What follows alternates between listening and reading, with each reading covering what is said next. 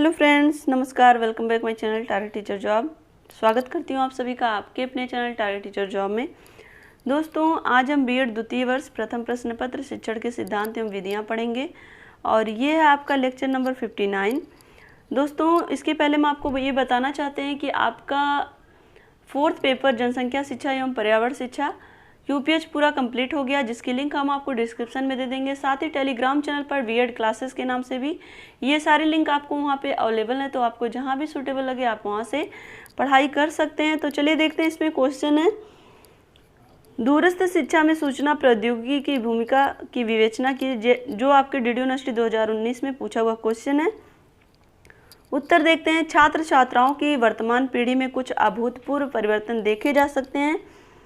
वे विद्यालयी शिक्षा को तो सहर्ष स्वीकार करते हैं, परंतु इसके बंधनों से परे शिक्षा की अपेक्षा भी करने लगे हैं। तो दोस्तों, यहाँ पर हम बात करें, वर्तमान जो पीढ़ी है वो विद्यालयों में जाना तो पसंद करते हैं, लेकिन एक तरह से वहाँ पे किसी भी तरह की बाउंडेशन, एक तरह से वहाँ के जो बंधन है उसके बंधन से एक तरह से मुक्त होना चाहते हैं। तो इस दौर में दूरस्थ शिक्षा द्वारा विकास की संभावनाएं तलाशी जा रही हैं। तो दोस्तों, इसका मतलब ये है कि बालक कहीं ना कहीं स्वतंत्र शिक्षा प्राप्त करना चाहते हैं, तो इसलिए दूरस्थ शिक्षा के माध्यम से विकास की संभावनाएं तलाशी जा रही हैं। दूरस्थ शिक्षा को सफल बनाने में सूचना प्रौद्योगिकी का भूमिका भी निहितार्थ है। सूचना प्रौद्योगिकी की भूमिका निहितार्थ भी तलाशी जाने लगी है और इसे भरपूर उपयोग करके दूरस्थ शिक्षा की गुणवत्ता एवं उपयोगिता को बनाए रखने का प्रयास जारी है। तो यहाँ पर हम बात करें, सूचना प्रौद्योगिकी का विकास करके दूरस्थ शिक्षा की उपयोगिता को बढ़ाने का प्रयास किया जा रहा है। शिक्षा बालक के सर्वांगीण विकास की ओर इंगित करती है, जिसके लिए पूर्व में चल रही शिक्षा व्यवस्था में कुछ परिवर्तन भी हो रहे हैं। तो दोस्तों, एक तरह से जो शिक्षा है वो बालक के सर्वांगीण विकास की तरफ इंगित करती है और इसमें पूर्व में जो भी शिक्षा व्यवस्था थी उसमें परिवर्तन लाने की कोशिश की जा रही, एक तरह से मनोवैज्ञानिक तकनीकों के माध्यम से, क्योंकि वर्तमान सूचना प्रौद्योगिकी के युग में बालक पुरानी शिक्षा व्यवस्था वैश्वीकरण के संप्रत्यय को प्राप्त नहीं कर सकता। तो एक तरह से जो वर्तमान की वैश्वीकरण नीति है उसको प्राप्त करने के लिए वर्तमान शिक्षा पद्धति को भी बदलना होगा और उच्चतर शिक्षा में विस्तार, उत्कृष्टता और समावेशन के लक्ष्यों की पूर्ति के लिए मुक्त और दूरस्थ शिक्षा तथा मुक्त शैक्षिक संसाधनों का विकास अनिवार्य है। तो दोस्तों, यहाँ पर हम बात करें, उच्चतर शिक्षा में विस्तार करने के लिए और उत्कृष्टता और समावेशन के लक्ष्यों की पूर्ति के लिए भी मुक्त और दूरस्थ शिक्षा तथा मुक्त शैक्षिक संस्थानों का विकास अनिवार्य हो चुका है। उच्चतर शिक्षा में दाखिल छात्रों में 1/5 से अधिक छात्र मुक्त और दूरस्थ शिक्षा धारा में हैं। राष्ट्रीय ज्ञान आयोग यह सिफारिश करता है कि दूरस्थ शिक्षा को इस विषयों पर ध्यान केंद्रित करना होगा। तो दोस्तों, एक तरह से छात्र हमेशा यहाँ पर स्वतंत्र होकर शिक्षा प्राप्त करना चाहते हैं, वो किसी तरह के बंधन में नहीं रहना चाहते हैं। तो इन सारी चीज़ों का ध्यान रख करके ही दूरस्थ शिक्षा को भी अपने विषयों पर ध्यान केंद्रित करना होगा और किस तरह से छात्रों को शिक्षा से जोड़ा जाए इस पर भी ध्यान देना होगा। एक राष्ट्रीय IACT आधारित तंत्र का सृजन करना या विनियामक तंत्रों में सुधार लाना, वेब आधारित साझा मुक्त संसाधन विकसित करना और तथा राष्ट्रीय प्रशिक्षण सेवा उपलब्ध कराना। तो दोस्तों, यहाँ पर जो वर्तमान शिक्षा पद्धति है उसमें चेंज किस तरह से करना, दूरस्थ शिक्षा को जिसमें वेब आधारित साझा मुक्त संसाधन का विकास करना तथा राष्ट्रीय प्रशिक्षण सेवा उपलब्ध कराना और इसकी पूर्ति के लिए NKC यह भी सिफारिश करता है कि उत्तम अंतर्वस्तु का निर्माण तथा वैश्विक मुक्त शैक्षिक संसाधनों का लाभ उठाने की ओर एक व्यापक ढंग से ध्यान केंद्रित किए जाने की ज़रूरत है। तो दोस्तों, एक तरह से यहाँ पर हम बात करें, दूरस्थ शिक्षा में तकनीकी का अधिक से अधिक प्रयोग हो और जहाँ पर छात्र अपने आप को बंधन से मुक्त पाएँ, तो ऐसी शिक्षा व्यवस्था का प्रयोग करना होगा। हमें सभी सामग्री, अनुसंधान, लेखा, पुस्तकों, पत्रिकाओं आदि की मुक्त सुलभता को भी प्रोत्साहित करना होगा। तो एक तरह से मुफ्त सुलभता को भी प्रोत्साहित करना होगा। दूरस्थ शिक्षा की स्थिति पर दृष्टिपात करने पर हम यह पाते हैं कि समूचे विश्व में अधिकांश विकासशील देशों ने मुक्त विश्वविद्यालय की जरूरत महसूस की है।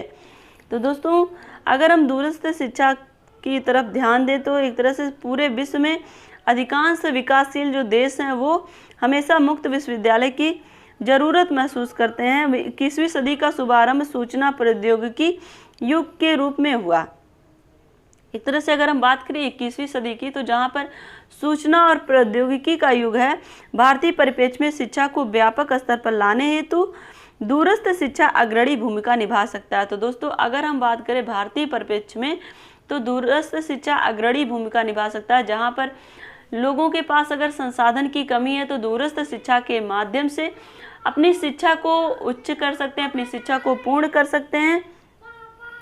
और यहाँ पर हम बात करें भारतीय परिप्रेक्ष्य में तो व्यापक स्तर पर लाने की, क्योंकि अगर हम बात करें बिखरी हुई जनसंख्या का बृहत क्षेत्र शिक्षा से अछूता है। बहुत सारी जनसंख्या ऐसी है जो उच्च शिक्षा से अछूती है। तो कहीं ना कहीं दूरस्थ शिक्षा के माध्यम से जो भौगोलिक क्षेत्र हैं जहाँ पर शिक्षा उपलब्ध नहीं है, जहाँ पर उच्च शिक्षा की व्यवस्था नहीं है, तो दूरस्थ शिक्षा के माध्यम से वो अपनी शिक्षा को पूर्ण कर सकते हैं।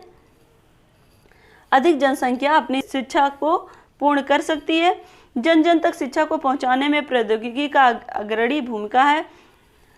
दूरस्थ शिक्षा के क्षेत्र में सूचना संप्रेषण तकनीकी के अनेक माध्यम हैं, जैसे रेडियो, दूरदर्शन, श्रव्य दृश्य सामग्री, कंप्यूटर, फैक्स, टेली कॉन्फ्रेंसिंग। तो एक तरह से अगर हम बात करें दूरस्थ शिक्षा के क्षेत्र में जो सूचना या संप्रेषण के जो भी माध्यम हैं, उसमें आप देखेंगे रेडियो भी आता है, दूरदर्शन आता है, श्रव्य दृश्य सामग्री है, कंप्यूटर है, फैक्स, टेली कॉन्फ्रेंसिंग, टेलीफोन।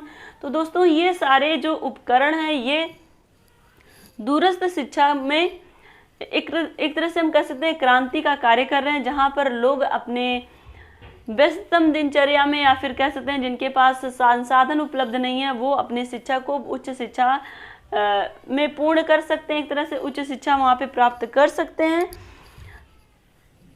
दूरस्थ शिक्षा में सूचना प्रौद्योगिकी की भूमिका स्वतः स्पष्ट होती है, क्योंकि रेडियो, टीवी द्वारा भी इसका क्रियान्वयन होता है। इंटरनेट के माध्यम से शिक्षक प्रशिक्षण की कार्यक्रम आसानी से सुलभ हो जाते हैं। ज्ञान दर्शन, ज्ञानवाणी जैसे शैक्षिक चैनल भी इसकी सहायता करते हैं। तो दोस्तों, अगर हम बात करें दूरस्थ शिक्षा में सूचना प्रौद्योगिकी की, तो इनकी अपनी एक बहुत ही महत्वपूर्ण भूमिका होती है, क्योंकि इसमें रेडियो, टेलीविजन भी क्रियान्वयन होता है और साथ ही इंटरनेट के माध्यम से शिक्षक प्रशिक्षण के कार्यक्रम आसानी से सुलभ हो जाते हैं। और ज्ञान दर्शन, ज्ञानवाणी जैसे शैक्षिक चैनल भी इसकी सहायता करते हैं। अगर हम बात करें 27 अक्टूबर 2009 को, तो इग्नू ने तीसरी पीढ़ी को मोबाइल फ़ोन प्रौद्योगिकी के जरिए ऑनलाइन शिक्षा प्रदान करने के लिए स्वीडन की दूर संचार कंपनी एरिक्सन के साथ एक समझौते पर हस्ताक्षर किया। तो दोस्तों, इस तरह से इग्नू ने मोबाइल फ़ोन प्रौद्योगिकी के जरिए ऑनलाइन शिक्षा प्रदान करने के लिए स्वीडन की दूर संचार कंपनी एरिक्सन के साथ एक समझौते पर हस्ताक्षर किया कि किस तरह से इसके माध्यम से दूरस्थ शिक्षा को बढ़ावा दिया जा सकता है। भारत में पहल के उपयोग के क्षेत्र में विशाल भौगोलिक व जनसांख्यिकी आधार पर असमानता पाई जाती है। इसे एक और जहां देश में प्रौद्योगिकी उपयोग से दूरस्थ शिक्षा में गुणवत्तापूर्ण संवर्धन भी हुआ है। तो दोस्तों, एक तरह से हम बात करें जिससे देश में, अगर हम बात करें देश में भौगोलिक असमानताओं की, तो जिसकी वजह से शिक्षा में थोड़ी सी बाधा उत्पन्न होती है। लेकिन अगर हम बात करें दूरस्थ शिक्षा जिसमें तकनीकी का प्रयोग किया जाता है, तो इस वजह से भी शिक्षा में एक क्रांति आई है कि जिससे लोग उच्च शिक्षा को प्राप्त कर सकते हैं।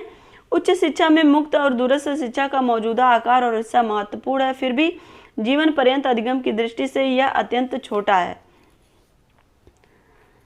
तो दोस्तों, अगर हम बात करें उच्च शिक्षा में दूरस्थ शिक्षा का जो मौजूदा आकार और हिस्सा है वह भी बहुत ज़्यादा महत्वपूर्ण है, लेकिन अगर हम बात करें जीवन पर्यंत अधिगम की दृष्टि से ये बहुत ही छोटा सा एक भाग है, क्योंकि मनुष्य जीवन भर कुछ ना कुछ सीखता रहता है और उच्च शिक्षा जब प्राप्त कर लेगा उसके बाद का जो जीवन होगा वो जीवन भर सीखेगा ही। तो सीखने का जो एक छोटा सा भाग है वो इधर उसका समाप्त होता है, जिससे वो कुछ ना कुछ, जिसकी प्रेरणा से वो कुछ ना कुछ आगे भी सीखता रहेगा। विभिन्न इलेक्ट्रॉनिक माध्यमों का शिक्षा शास्त्रीय प्रयोग अभी भी बहुत सीमित है, इसे विस्तृत करने की जरूरत है। यदि सूचना प्रौद्योगिकी के सशक्त माध्यम से जैसे internet, electric mail, fax, teleconferencing का भरपूर प्रयोग किया जाए तो औपचारिक शिक्षा की अपेक्षा दूरस्थ शिक्षा पर भी व्यवहार भी कम होगा। शिक्षा की गंभीर चुनौतियों का सामना करने में दूरस्थ शिक्षा निश्चित रूप से सक्षम होगी।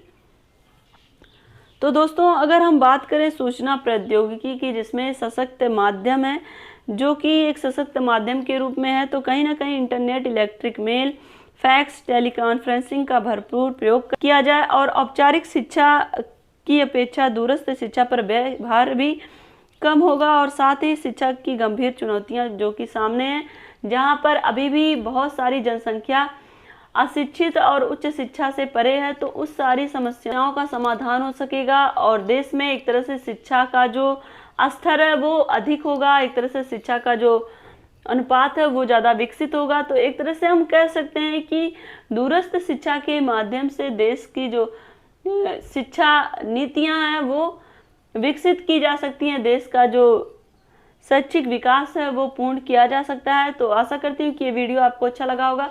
अगर अच्छा लगा होगा तो एक लाइक करिएगा, अपने दोस्तों के साथ शेयर करिएगा।